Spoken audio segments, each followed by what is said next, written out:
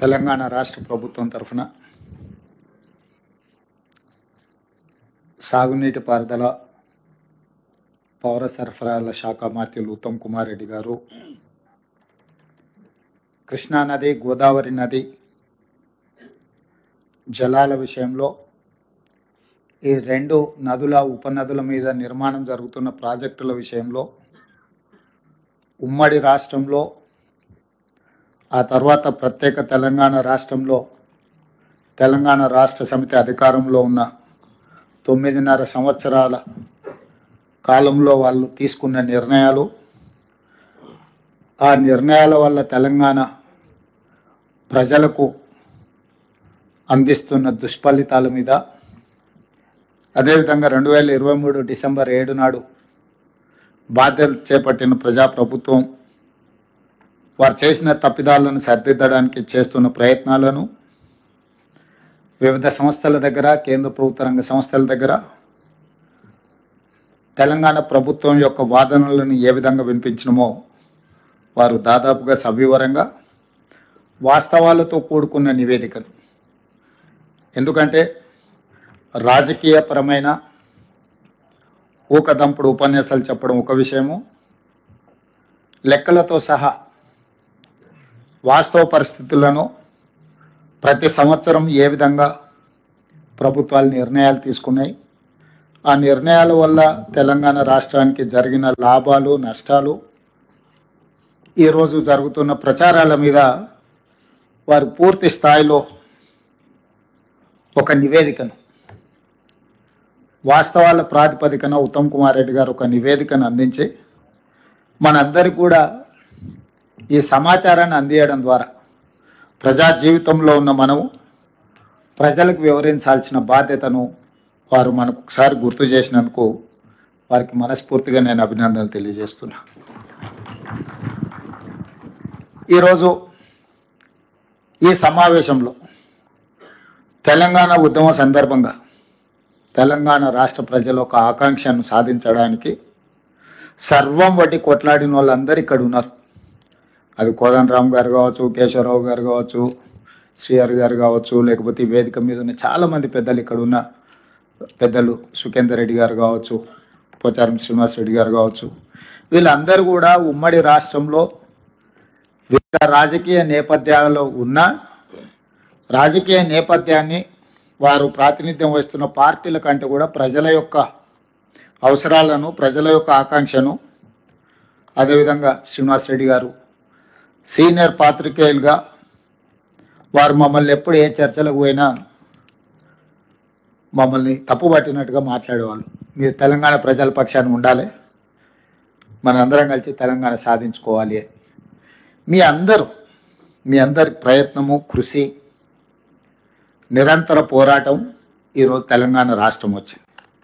తెలంగాణ రాష్ట్రం వచ్చిన తర్వాత 2 సార్లు చంద్రశేఖరరావు గారు ముఖ్యమంత్రిగా, సరే వారు రాజకీయ పార్టీగా నిధులు నియామకాల లేకపోతే ఇంకేమి ఎన్నికల ఎజెండా ఏ రకంగా వారు ప్రజల్ని ఒప్పించండు మెప్పించండు, 2 సార్లు అధికారాన్ని చేపట్టి వారు ఏ రాజకీయ ప్రయోజనం, ఆర్థిక ప్రయోజనం పొందినరు అనేది చర్చించ వేదిక కాదు ఇది. వారు ఉన్నప్పుడు చర్చిస్తే ఆ విషయాల మీద వారి నుంచి మనం సూటిగా మాట్లాడడానికి అవకాశం ఉంటుంది.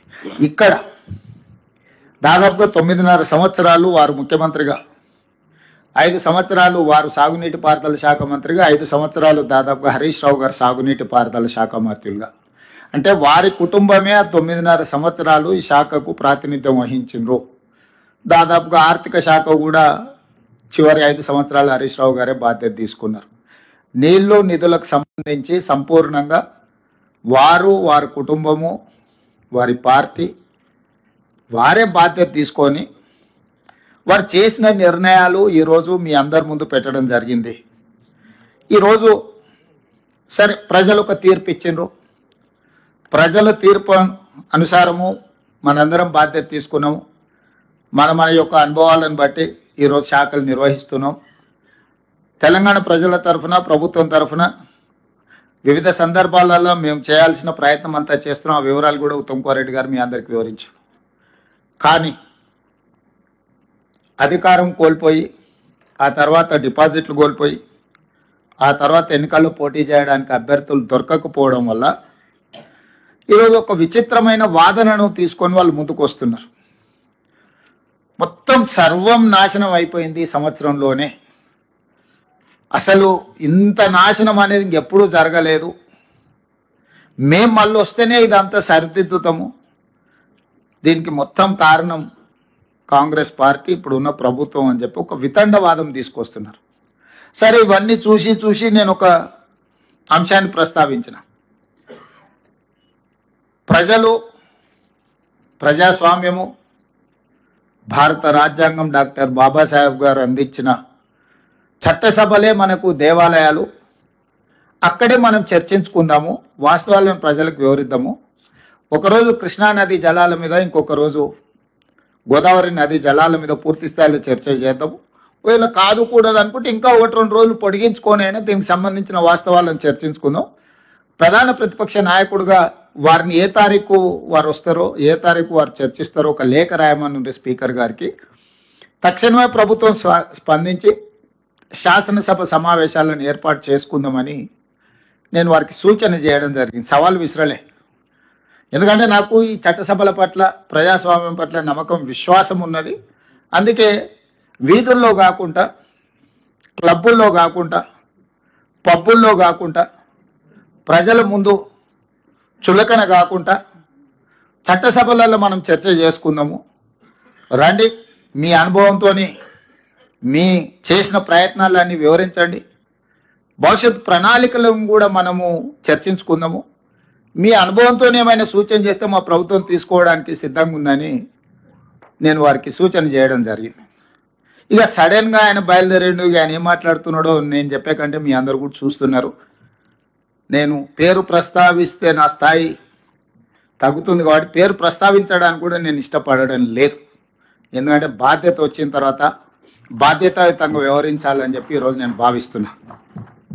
నాకు తెలిసి ఈ భాషలకు ఏ విధంగా సమాధానం చెప్పాలో మీ అందరికి కూడా తెలుసు నా గురించి. కాకపోతే ఏంటంటే ఇంకా ఆ దిశగా వెళ్ళొద్దు అని నేను అనుకుంటున్నా. అయితే ఈరోజు ప్రధానంగా 2 విషయాల మీద నాకున్న అవగాహనను మీతో పంచుకోదలుచుకున్నాను. మొట్టమొదట తెలంగాణకు సంబంధించిన కృష్ణానది జలాల మీద చర్చించుకుందాం. చాలా వివరాలు, నీటి కేటాయింపుల విషయం నుంచి ఉమ్మడి రాష్ట్రం, ఆ తర్వాత తెలంగాణ రాష్ట్రంలో నీటి కేటాయింపులు, వినియోగం మీద పెద్దలు ఉత్తమ్ కుమార్ రెడ్డి గారు పూర్తిగా వివరణ మనకు వివరించడం జరిగింది, సమాచారం ఇవ్వడం జరిగింది. వారు కొన్ని అంశాలను ఏవైతే ఇంకా ముందుకు మనం తీసుకెళ్లాలనో ఆ అంశాలను మీ అందరితో నేను పంచుకోదలుచుకున్నాను. ఈరోజు కృష్ణానది జలాల మీద ఆంధ్రప్రదేశ్కి 512, తెలంగాణకు 299 టీఎంసీల నీటి కేటాయింపుల కోసం చంద్రశేఖరరావు గారు 2015లో కావచ్చు, 2020లో కావచ్చు, ఆ తర్వాత కృష్ణా బచావ్ ట్రిబ్యునల్ ఇచ్చినప్పటి వరకు శాశ్వతంగా బ్లాంకెట్గా మంజూరు చేసి వచ్చేసిండు.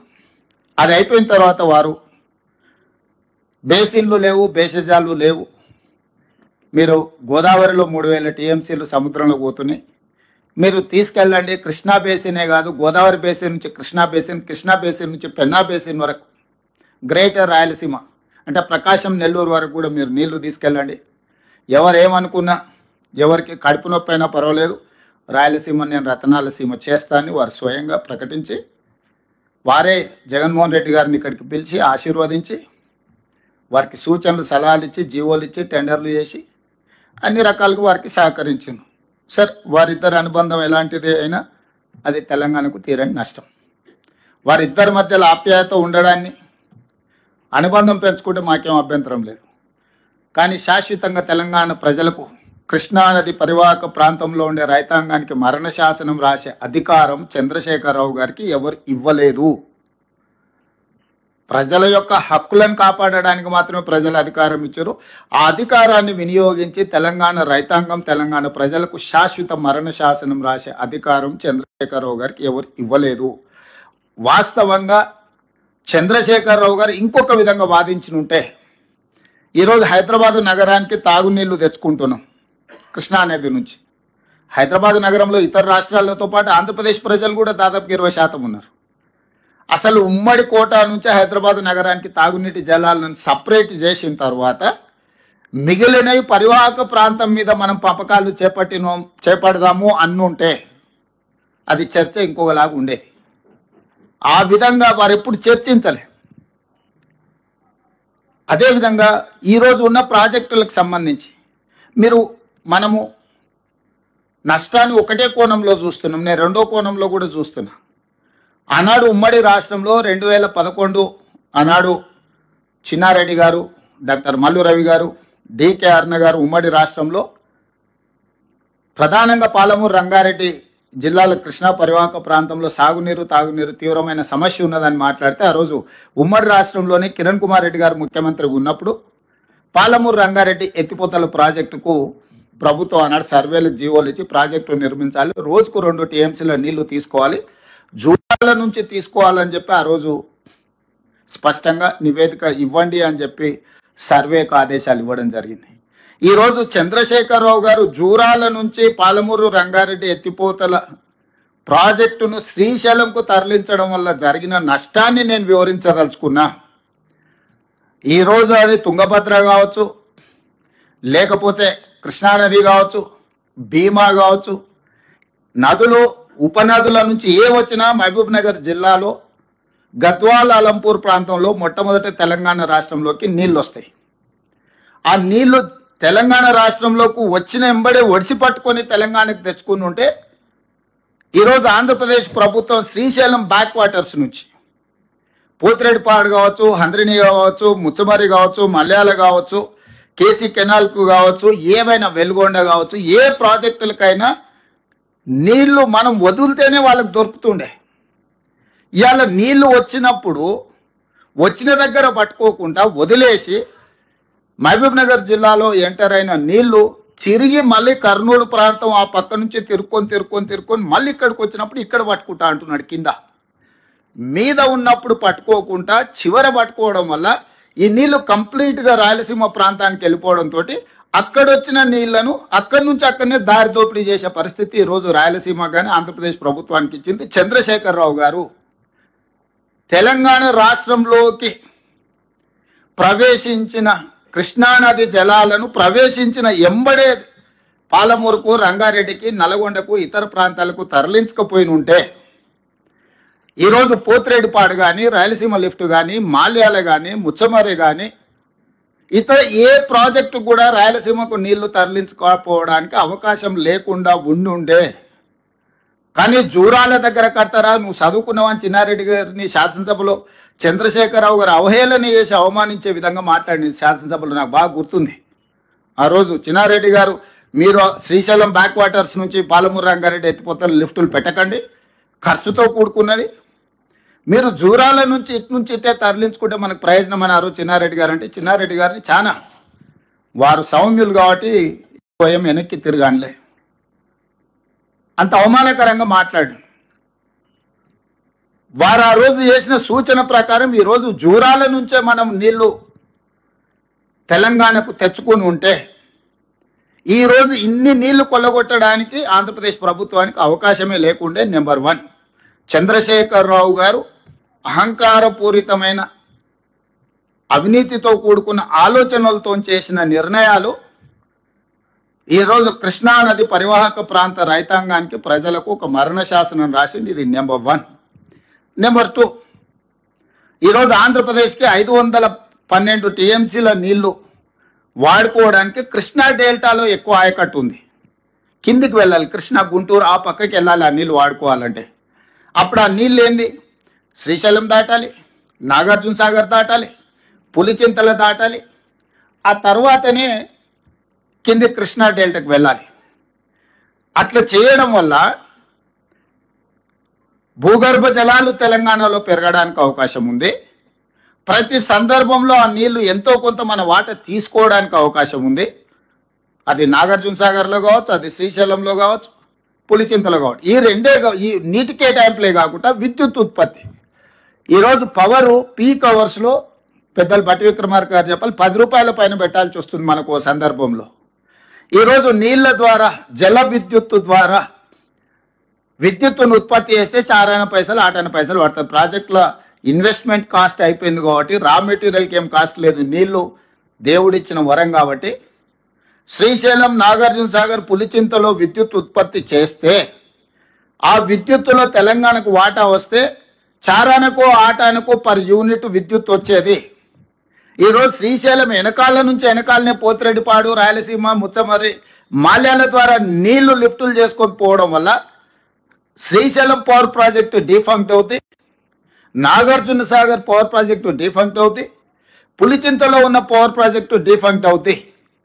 మీరు కేవలం నీళ్ల తీసుకెళ్లడం ద్వారా వ్యవసాయానికి జరిగే నష్టాన్ని మనం ఆలోచన చేస్తున్నాం, కానీ చారానకో ఆటానకో యూనిట్ దొరికే పవర్ ప్రాజెక్ట్స్ కూడా డిఫంక్ట్ అవడంతో 10 రూపాయలకు పర్ యూనిట్ కొనుక్కునే పరిస్థితి తెలంగాణకు వస్తే, ఒకవేళ 10 రూపాయలు పెట్టినా విద్యుత్తు దొరకని పరిస్థితి వస్తే విద్యుత్తు పరంగా కూడా తెలంగాణకు తీరని నష్టం జరుగుద్ది. ఈ రెండవ నష్టాన్ని కూడా చంద్రశేఖరరావు గారే మనకు అందించిండు. మూడవది, ఆనాడు 2 టీఎంసీలతో పాలమూరు రంగారెడ్డి ఎత్తిపోతల కంబైన్డ్ స్టేట్లో జీవో ఇస్తే చంద్రశేఖరరావు గారు వచ్చిన తర్వాత 2 టీఎంసీలను కాస్త 3 టీఎంసీలు చేస్తాం అనుకున్నాం మేము. 2 టీఎంసీలను కాస్త 1 టీఎంసీకి చేసిండు. ఒఫీషియల్ రికార్డ్స్ ఉన్న అధికారులు ఇక్కడ ఉన్నారు. 2 టీఎంసీ పాలమూరు రంగారెడ్డి ఎత్తిపోతల్ని ఎత్తుకోవాల్సిన జీవోలను అంచనాలనే అడగోలుగా పెంచిండు, ఎత్తుకునే నీళ్లను తగ్గించిండు. డిండికి ఆ టీఎంసీని అసలు ఎక్కడి నుంచి దేవాళ్ళు తేకుండా గందరగోళం చేసింది. అవతల 4 టీఎంసీలతోని శ్రీశైలం బ్యాక్ వాటర్స్ నుంచి పోవాల్సింది దాదాపుగా 10 టీఎంసీలకు వాళ్ళు పెంచుకొని ప్రాజెక్టులు నిర్మించుకుంటే ఈరోజు 2 టీఎంసీలు తరలించే పాలమూరు రంగారెడ్డిని 1 టీఎంసీకి తగ్గించిండు.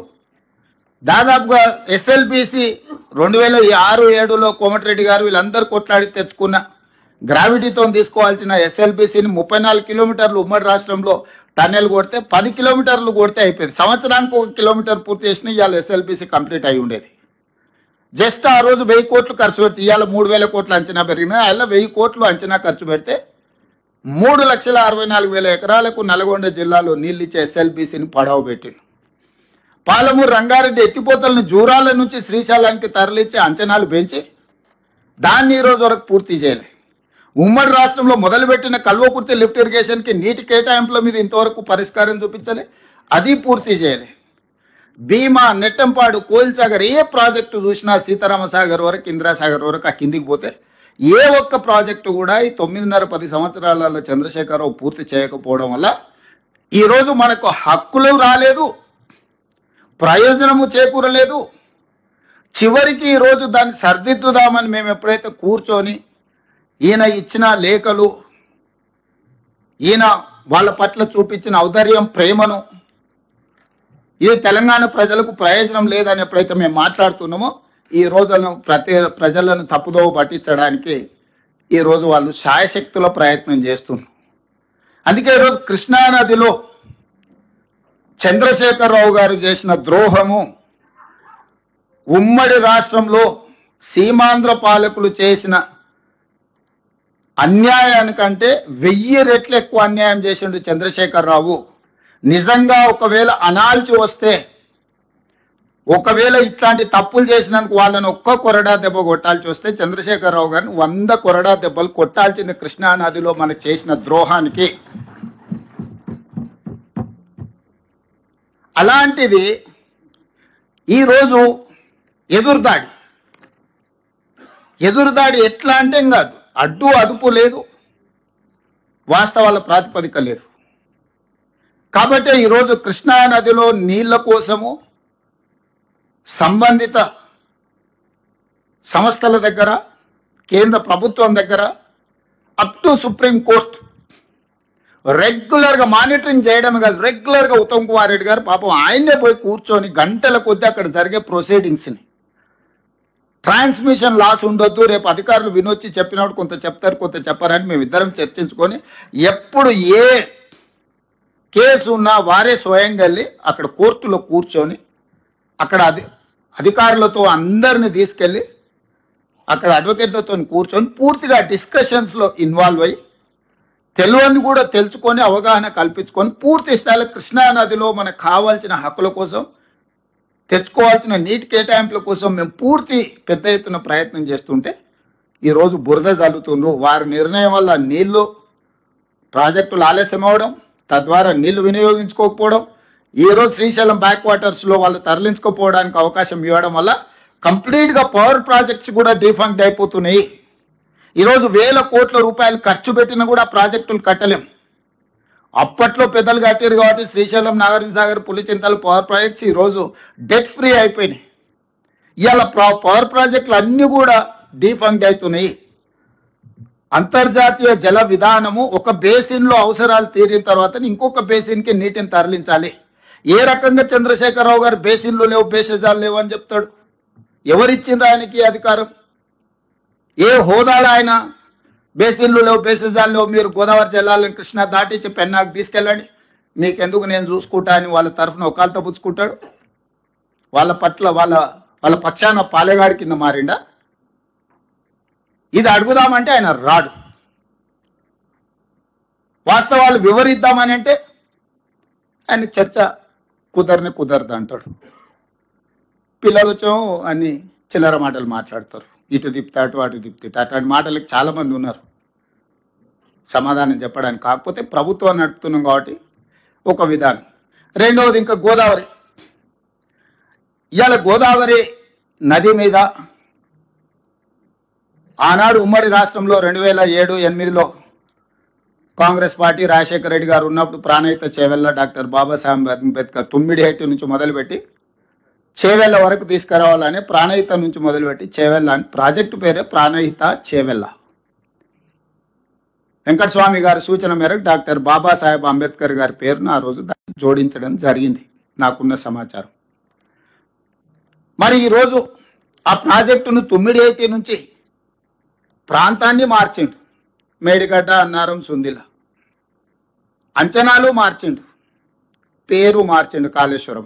సరే, స్వార్థం కోసం ఏదైనా చేసిండని ఒక క్షణం ఏదైనా అనుకున్నా, ఎందుకు రంగారెడ్డి జిల్లాలో, నల్గొండ జిల్లాలో ఆయకట్టును తొలగించిండు?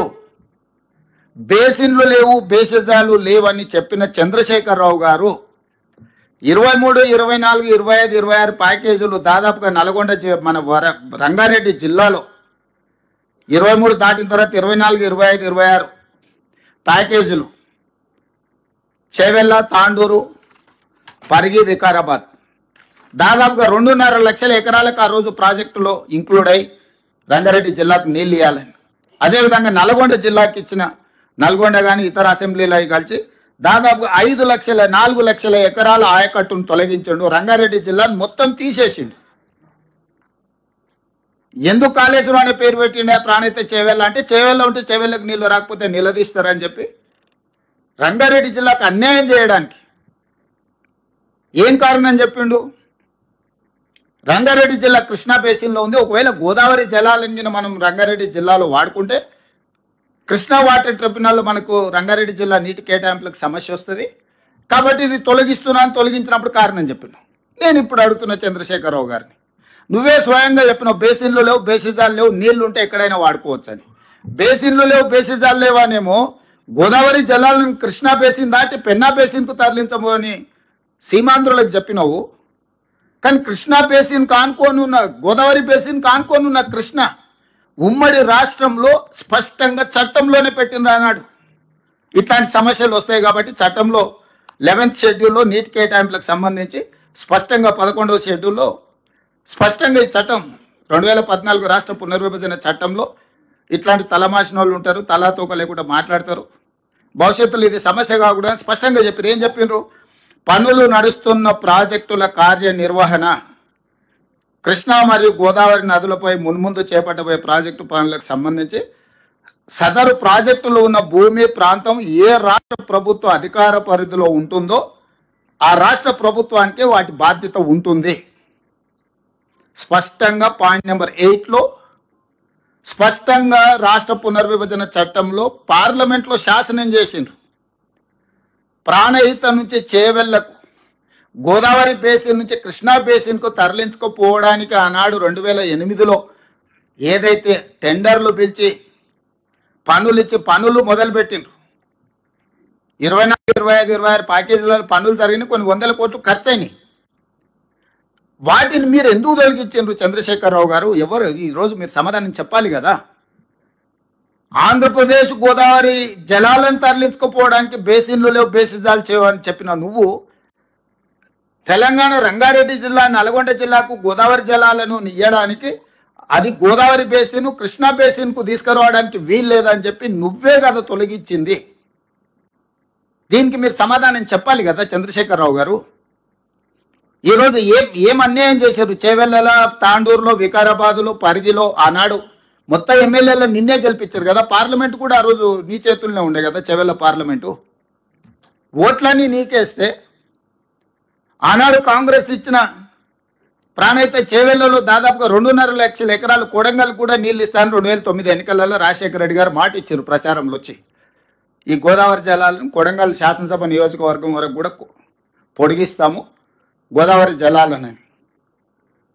రాయలసీమకు సంబంధించిన, ఆంధ్రప్రదేశ్కు సంబంధించిన ఆనాటి ముఖ్యమంత్రి రాజశేఖర రెడ్డి గారు చేవెళ్లకు, వికారాబాద్కు, తాండూరుకు, పరిగికి, కొడంగల్కు గోదావరి జలాలు ఇస్తా అని టెండర్లు పిలిచి ప్రాజెక్టులు ప్రారంభించి 100 కోట్ల రూపాయలు ఖర్చు పెడితే తెలంగాణ జాతిపితనని పదే పదే చెప్పుకోవడానికి ప్రయత్నం చేస్తావు కదా. ఎందుకు వీటిని తొలగించినవు? దీనికి సమాధానం చంద్రశేఖరరావు గారు అయితే చెప్పాలి కదా, మనం ఆలోచన చేయాలి కదా. ఈరోజు ఎటి తిప్పిన తుమ్మిడిహట్టి నుంచి తీసుకొస్తే గ్రావిటీతోని శ్రీపాద ఎల్లంపల్లికి వస్తాయి. పైనుండే నీళ్ళని పైననే పట్టుకొని పైనుంచి కిందికి ఇచ్చుకుంటూ రావాలా అనేది కాంగ్రెస్ విధానం. దాంతో తక్కువ ఖర్చు అయితే విద్యుత్ తక్కువ అవుతుంది, తద్వారా మెయింటెనెన్స్ కాస్ట్ తగ్గుతుంది. శ్రీపాద ఎల్లంపల్లికి తీసుకొచ్చిన తర్వాత అక్కడి నుంచి ఎస్ఆర్ఎస్పి నుంచి తర్వాత ఉండే కొండపోచమ్మ కావచ్చు, రంగనాయక సాగర్ కావచ్చు, లేకపోతే మల్లన్న సాగర్ కావచ్చు, మిగతా ఏ రిజర్వాయర్లు అయినా నింపుకొని అది రంగారెడ్డి జిల్లా వరకు తేవాలనేది ఆనాటి ప్రణాళిక.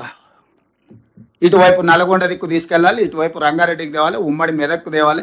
వీటన్నిటిని కూడా ఆనాడు పెట్టుకున్న లెక్క ప్రకారం ఆదిలాబాద్లో 1,56,000 ఎకరాలు, కరీంనగర్లో 1,71,000 ఎకరాలు, మెదక్ జిల్లాలో 5,19,000 ఎకరాలు, నల్గొండకు 2,29,000 ఎకరాలు, నిజామాబాద్కు 3,04,000 ఎకరాలు, రంగారెడ్డికి 2,46,000 ఎకరాలతో నీళ్ళు ఇవ్వాలని ఆ రోజు కాంగ్రెస్ పార్టీ ప్రాజెక్టును చేసింది.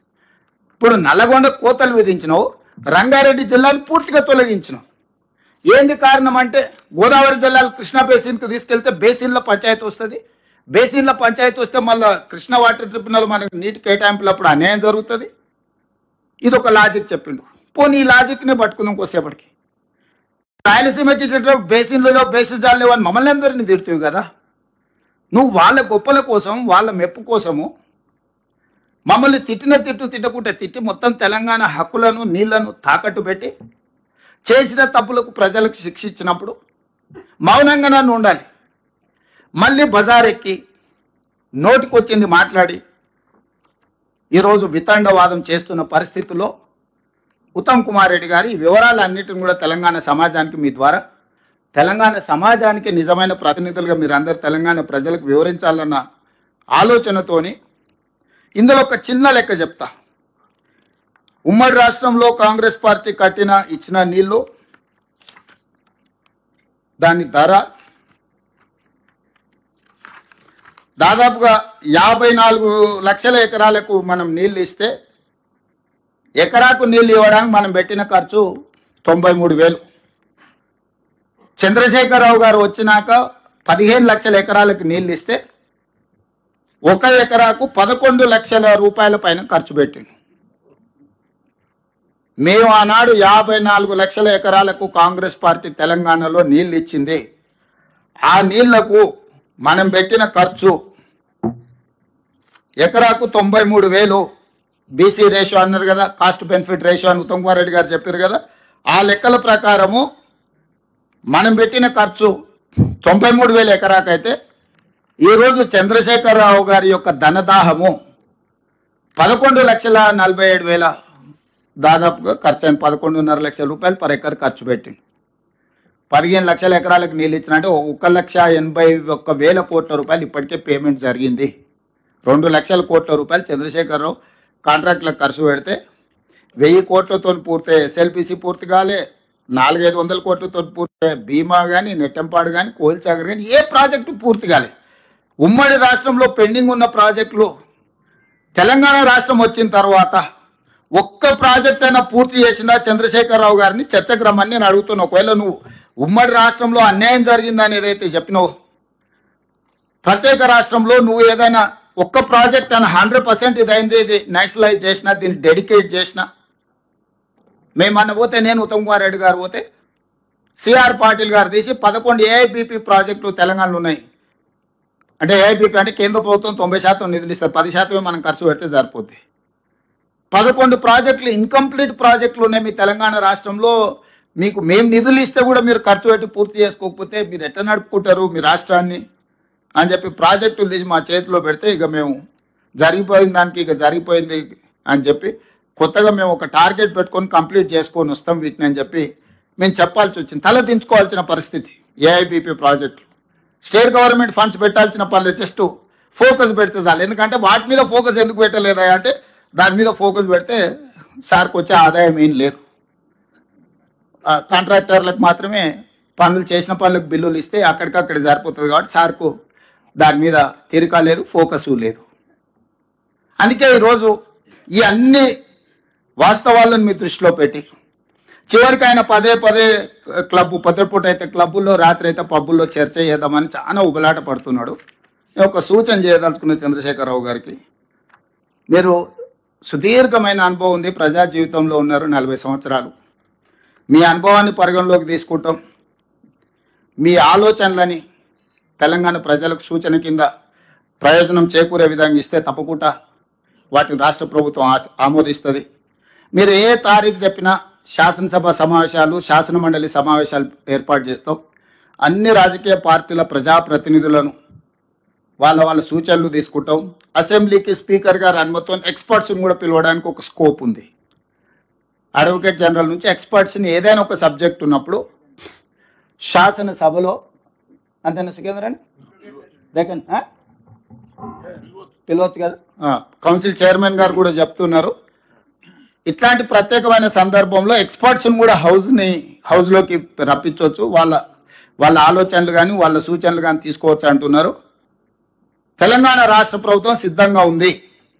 రాజకీయ పార్టీలుగా, ప్రజాప్రతినిధులుగా మనకు భిన్నాభిప్రాయాలు ఉన్న ఎక్స్పర్ట్స్ ఒపీనియన్ కూడా శాసనసభలో ప్రజలకు వినిపిద్దాం. ఇదొక మార్గం. ప్రజాస్వామ్యం పట్ల నమ్మకం ఉన్న వాళ్ళకు, విశ్వాసం ఉన్న వాళ్ళకు, మనల్ని ఎన్నుకున్నదే ప్రజలు, చట్టసభల సమస్యల మీద చర్చించి వాటికి ఒక పరిష్కారం చూపించాలా, ప్రజలు కూడా ఒక అవగాహన కల్పించే బాధ్యత ప్రజలు మనకి ఇచ్చిండ్రు.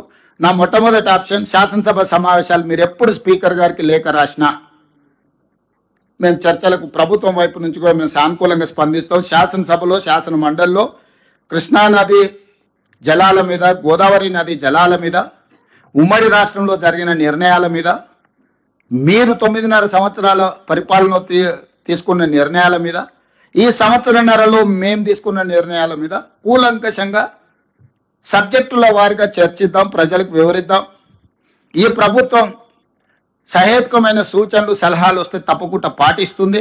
ఎక్స్పర్ట్స్ ఒపీనియన్ కూడా ప్రజలకు, ఇంతకుముందు బట్టి గారు చెప్పారు, ఎక్స్పర్ట్స్ని మనం అందరినీ కాన్ఫిడెన్స్లోకి తీసుకోవాలా, స్టేక్ హోల్డర్స్ని కాన్ఫిడెన్స్లోకి తీసుకోవాలన్నారు.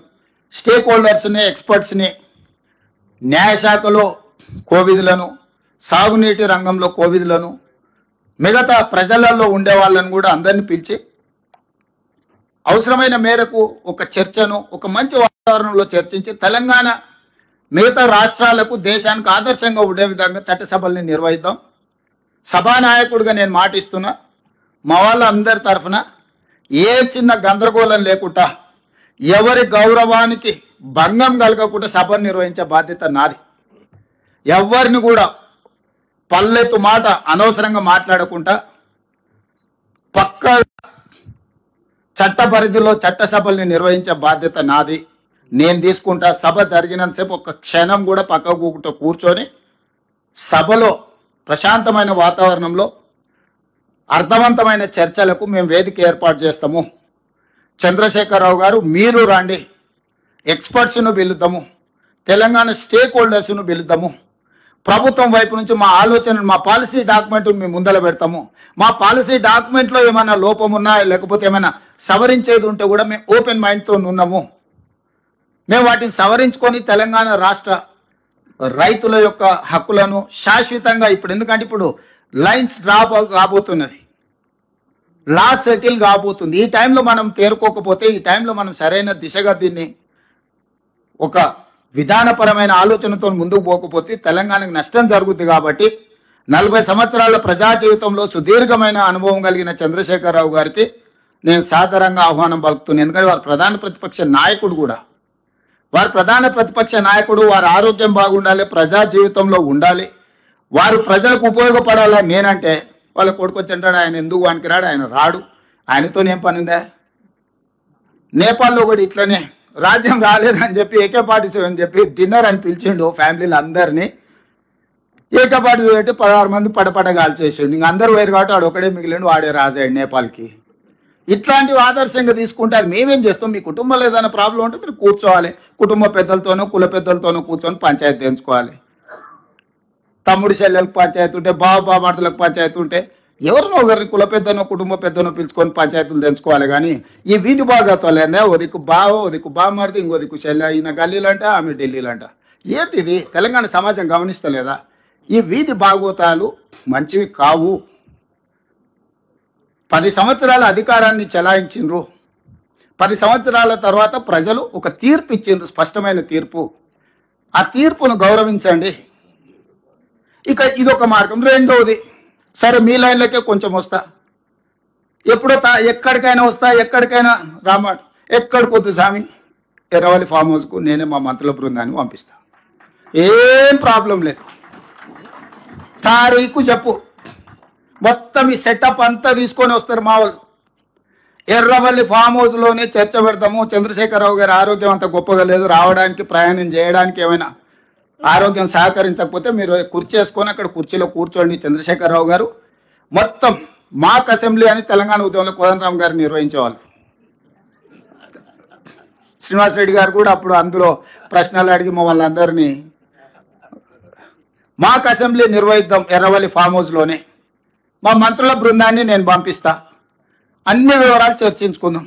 కాదు కూడదు అని ఒకవేళ అంటే చంద్రశేఖరరావు గారు పిలిస్తే నేను కూడా వస్తా. నాకేం బేసిజాలు లేవు. నాకంటే సీనియర్ ఆయన పబ్లిక్ లైఫ్లో, ప్రజా జీవితంలో, అనుభవంలో చంద్రశేఖరరావు గారు. వారి ఆరోగ్యం సహకరిస్తలేదు, లేదు ముఖ్యమంత్రి గారు కూడా రావాల్సిందే. చర్చలు ముఖ్యమంత్రి లేకపోతే సమర్థవంతమైన అర్థవంతమైన చర్చలు జరగవు. ముఖ్యమంత్రి కూడా ఈ చర్చలో పాల్గొనాలి అని చంద్రశేఖరరావు గారు కోరుకుంటే ఎర్రవల్లి ఫామ్ హౌస్లో జరగబోయే ప్రజాప్రతినిధుల సమావేశానికి నేను కూడా వస్తాను. తారీఖు నిర్ణయించండి. క్లబ్బులు పబ్బులు అంటేనే మాకు కొంచెం ఇబ్బంది, మేము వాటికి దూరం మొదటి నుంచి. ఇప్పుడు కాదు, చదువుకునేటప్పటి నుంచి కూడా క్లబ్బులకు పబ్బులకు దూరము. ఈ తెలంగాణ వచ్చినప్పటి నుంచి వాటి మీద ఎన్నో బైక్ ఛాలెంజ్లు చేసినాం. గంజాయికి డ్రగ్స్కు వ్యతిరేకంగా ఎన్నో నిర్ణయాలు తీసుకున్నాం. ఈగలని ఈ డ్రగ్స్ను నియంత్రించడానికి, గంజాయిని నియంత్రించడానికి, గంజాయి బ్యాచ్లను అణచివేయడానికి ఒక ఒక ఒక స్ట్రాంగ్ ఆర్గనైజేషన్ ఎస్టాబ్లిష్ చేసినాము. ఈ డ్రగ్స్ గంజాయిని అమ్మే వాళ్ళని కానీ, వినియోగించే వాళ్ళని కానీ, రవాణా చేసేటోళ్లను తెలంగాణ సరిహద్దు దాటి లోపలికి రాకుండా ఉక్కు పాదంతో అణచివేస్తున్నాం. కాబట్టి క్లబ్బులు పబ్బుల కల్చర్కి నేను వ్యక్తిగతంగా వ్యతిరేకము. దయచేసి నన్ను క్లబ్బులకు పబ్బులకు పిలవద్దు. అయితే అసెంబ్లీకి పోదాం, లేకపోతే శాసన మండలికి పోదాం. కాదు కూడా పెద్ద ఆయన ఆరోగ్యం బాగాలేదంటే ఎర్రవల్లి ఫామ్ హౌస్ కూడా నేను వస్తా. ఇది నా సూచన. ఎవరు పెరిగిన నేపథ్యం వాళ్ళని అట్లా మాట్లాడిస్తుంటే నేను అది కూడా కాదన్నాను. నేను ఊర్లో వ్యవసాయ కుటుంబంలో పెరిగి పొద్దున్నే అన్నం తిని బయలుదేరే అలవాటు. ఈరోజు కూడా పొద్దుగాల 8కి బయలుదేరిన అన్నం తిని బయలుదేరుతాను. నేను మళ్ళీ రాత్రి ఇంటికి వచ్చే వరకు అన్నా శ్రీహరి గారు అట్లా కుదరదు, అదేంది మాకు అంటారు. కానీ కొన్నిసార్లు మనం కొన్ని వెసులుబాట్లు కల్పించాల్సి వస్తుంది, మినహాయింపులు ఇవ్వాల్సి వస్తుంది. సో మినహాయింపులు ఇచ్చి అయినా సరే మనం చర్చ, అంటే నా ఉద్దేశం చర్చ జరగడం, ప్రజలకు వివరాలు అందించడం, వాస్తవాలను ప్రజలకు చేరవేయడమే మా యొక్క ఉద్దేశము. ఇక్కడ ఈ సమావేశాన్ని పెడితే ఒక మాజీ మంత్రి గారు ఫోన్ చేసి మా శ్రీధర్ బాబు గారికి అట్లెట్లా మీరు అక్కడ పెట్టుకుంటారు, మీరు పెట్టుకోవడానికి లేదు కదా అంటాడండి. ఇది ప్రజాభవన్. ఇక్కడ ప్రజలు వచ్చి రెగ్యులర్ గా రిప్రజెంటేషన్స్ ఇస్తారు. ప్రజా సమస్యలకు పరిష్కారం కోసమే ఇది కట్టింది. ఇది ఘడి కాదు, కొద్ది మందికి పరిమితమైన వేదిక కాదు. ప్రజలు ఎవరైనా బాజాప్తా రావచ్చు, చెప్పుకోవచ్చు, ధర్మగంట కొట్టవచ్చు. ఇక్కడ ధర్మగంట కొడితే ప్రభుత్వం పలుకుతుంది, వాటిని పరిష్కరిస్తుందని. ధర్మగంట కొట్టడానికి రాజులు ఉన్నప్పుడు, రాజ్యాలు ఉన్నప్పుడు కూడా ధర్మగంట ఉండేది. పౌరులు వచ్చి ఆ గంట కొడితే ఏంది నీ సమస్య అని వినడానికి వేదిక ఉండేది. రాజరికంలో కూడా ధర్మగంట ఉండేది. అలాంటిది మీరు ధర్నా చౌక్ బంద్ చేస్తారు, ధర్మగంట బంద్ చేస్తారు, వీటిలల్లో గద్దరన్న లాంటి వాళ్ళకు ప్రవేశం నిషేధిస్తారు. వీటన్నిటిని బార్లా తెరిచి ప్రజలందరూ మేము ఆహ్వానించి ప్రభుత్వం అధికారికంగా ఇంతమంది ప్రజాప్రతినిధులను, అధికారులను పిలిచే సమావేశాన్ని ఏర్పాటు చేసుకుంటే హరీష్ రావు గారికి అభ్యంతరం. హరీష్ రావు గారు ఫోన్ చేసి మా శ్రీధర్ బాబు గారిని బెదిరిస్తున్నాడు, అట్లెట్లా పెట్టుకుంటారు మీరు అని. ఏంది పద్ధతి? అంటే ఇప్పుడు ఏదైనా వాస్తవాలను వివరించడానికే ప్రజా వేదికలను మేము వాడుకుంటున్నాము. మేము వ్యక్తిగత ప్రయోజనాల కోసం దేన్ని వాడుకోవడం లేదు. ఇవాళ మీకు అన్ని కూడా వాస్తవాల ప్రాతిపదికన ఒక క్రొనాలజీ ప్రకారం మంత్రి గారు వివరించారు. దీన్ని ఒక నివేదిక రూపంలో, బుక్లెట్స్ రూపంలో కంప్లీట్ గా నివేదిక తయారు చేసి రాష్ట్ర ప్రభుత్వం తరఫున వివరాలు అందరికీ కూడా అందించాలి. అదేవిధంగా బట్టి విక్రమార్క గారు చెప్పినట్టు ఎక్స్పర్ట్స్ తోని, అదేవిధంగా స్టేక్ హోల్డర్స్ తోని కూడా మళ్ళొకసారి పవర్ పాయింట్ ప్రజెంటేషన్ కూడా పెట్టడానికి శాఖ మంత్రి గారు కొంత ఇనిషియేట్ చేయాలి. మూడవది ఇది అయిన తర్వాత పాత 10 ఉమ్మడి జిల్లాలకైనా పెద్దలు కోదండరామ్ గారు, కడియం శ్రీహరి గారు, కేశవరావు గారు లాంటి వాళ్ళు మొదటి నుంచి తెలంగాణ ఉద్యమంలో ఉండి హక్కుల కోసం కొట్లాడిన వాళ్ళు పాత ఉమ్మడి 10 జిల్లాలైనా కనీసం దీన్ని ప్రజలకు వివరించే విధంగా ఒక కార్యాచరణ తీసుకొని ప్రజలకు వివరిస్తే తెలంగాణ ప్రజలకు వాస్తవ పరిస్థితులు అవగాహనలోకి వస్తాయి. వాస్తవాలను వివరించిన వాళ్ళు అవుతాము. గవినోళ్ళ శ్రీనివాస్ రాయలసీమ లిఫ్ట్ మీద వేసిన మా నారాయణపేట, మా దగ్గర నుంచి మేము శ్రవణ్ అని ఒకప్పుడు TV9 రిపోర్టర్, ఇప్పుడు advocate in supreme court, personal గా తీసుకొని పర్సనల్ కెపాసిటీలో పోయి ఎన్జిటీలో కేసు వేయించి ఆనాడు స్టే తెచ్చిన తర్వాతనే రాష్ట్ర ప్రభుత్వం అందులో ఇంప్లీట్ పిటిషన్ వేసింది. సో ఇవన్నీ కూడా ప్రతి క్షణం పర్యవేక్షించుకుంటూ తెలంగాణ హక్కులను కాపాడడానికి మేము ప్రయత్నం చేస్తున్నాము. ఈరోజు ఆంధ్రప్రదేశ్ ముఖ్యమంత్రి గారికి కూడా వరద జలాలునే మేము తీసుకెళ్తామంటున్నారు. మరి అదే వరద జలాలు కాదు, నికర జలాలు, మిగులు జలాలు, వరద జలాలు ఏవైనా కావచ్చు, మా నల్గొండకు, మా రంగారెడ్డి జిల్లాకు తీసుకెళ్తే మీకు అభ్యంతరం ఏంది? నికర జలాలు గోదావరి బేసిన్లో 968, 518, 968 తెలంగాణకు, 518 ఆంధ్రప్రదేశ్కి పోతే 8 తీస్తే దాంట్లో వరద జలాలలో ఎవరికెంత వస్తుందో లెక్క కడతాం ప్రపోర్షనేట్ గా ప్రోరేటా ప్రకారం.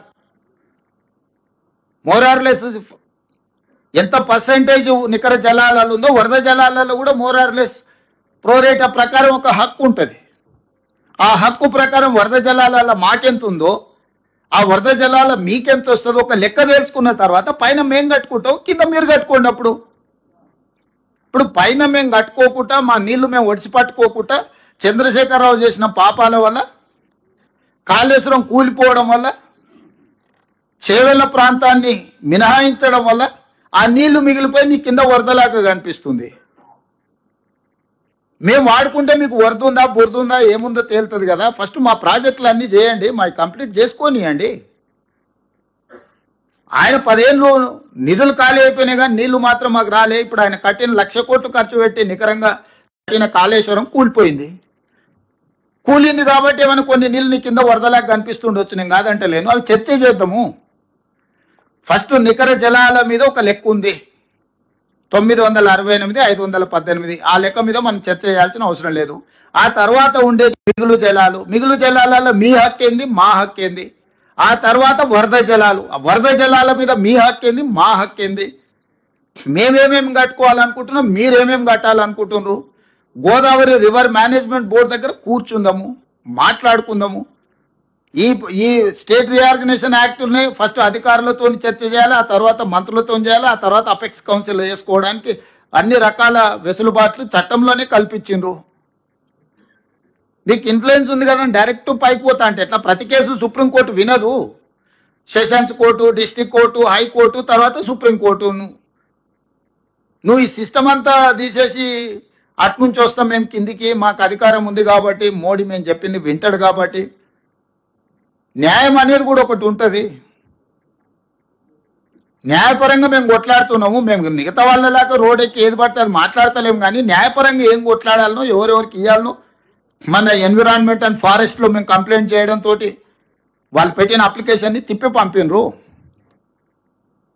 మేము అందరి దగ్గరికి వెళ్తున్నాము, మాకేం బాధ ఉందో చెప్తున్నాము అందరికీ. డాక్టర్ల దగ్గరకు పోయి ఏది కాదనుకున్నప్పుడు ఏం చేస్తాం, దానికి కూడా ఒక వ్యూహము ఎత్తుగడ ఉంటుంది కదా. వ్యూహం లేకుంటేనే ఇంత దూరం వచ్చినామా? ప్రజల సహకారం లేకుంటేనే కుర్చీ వరకు చేరుకున్నామా? ఈ ప్రభుత్వాన్ని ఏర్పాటు చేసినామా? తెలంగాణ ప్రజల హక్కులను కాపాడటానికే కదా తెలంగాణ రాష్ట్రం ఇచ్చింది కాంగ్రెస్ పార్టీ. తెలంగాణ రైతుల హక్కులకు అన్యాయం జరుగుతుంటే చూసుకుంటూ కూర్చుంటుందా కాంగ్రెస్ పార్టీ? మీరేంది మాకు చెప్పేది? సలహా ఇవ్వండి, సూచన చేయండి, సహేతుకమైన విధానంతో ముందుకు రండి. అసూయతోని, అక్కస్తోని, అహంభావంతో, అహంకారంతో ఏం మాటలు అవి? అట్లాంటి మాటలకు సమాధానం చెప్పడానికి మా దగ్గర లేరనుకుంటుర్రా? మా ఒక్క మందుల సామెలు చాలు, మేము అందరం అక్కర్లేదు. ఒక మందుల సామెలు నువ్వు పంపిస్తే చాలు, నీకు నీ తాతకు 3 తరాలకు సమాధానం చెప్తాడు. అది కాదు కదా. మేమేదో గౌరవంగా చట్టసభలలో చర్చిద్దాము, రండి మీరు పెద్ద మనుషులు, మీరు మీ అనుభవాన్ని చెప్పుదు రండి అని మేము అంటుంటే అదేదో మా చేతగాంతనం అనుకొని తలా తోక లేకుండా మాట్లాడితే తోక కత్తిరించే తెలుసు. ఒకవేళ నీకు తెలియకపోతే మీ నాయన అడుగు, ఏం చేస్తే ఏమైందో మీ నాయన ఇప్పుడు ఏడున్నాడు. నాకు చికాకు కలిగించొద్దు. నాకు చికాకు కలిగిస్తే మళ్ళీ అది బాగుండదు. నేను చదవడం మొదలు పెడితే మళ్ళీ అది మంచిగా కూడా ఉండదు.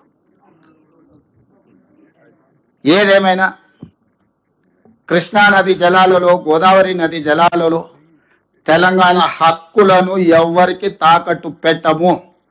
ఎంతటి వారు వచ్చినా ఎవరితోనైనా నిటారుగా నిలబడి కొట్లాడతాము. ప్రజలు ఒక విశ్వాసంతో, నమ్మకంతో మాకు అవకాశం ఇచ్చిండ్రు.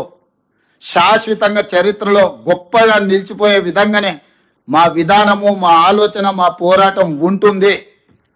ఎవరి వ్యక్తుల కోసం ప్రజల హక్కులను తాకట్టు పెట్టము.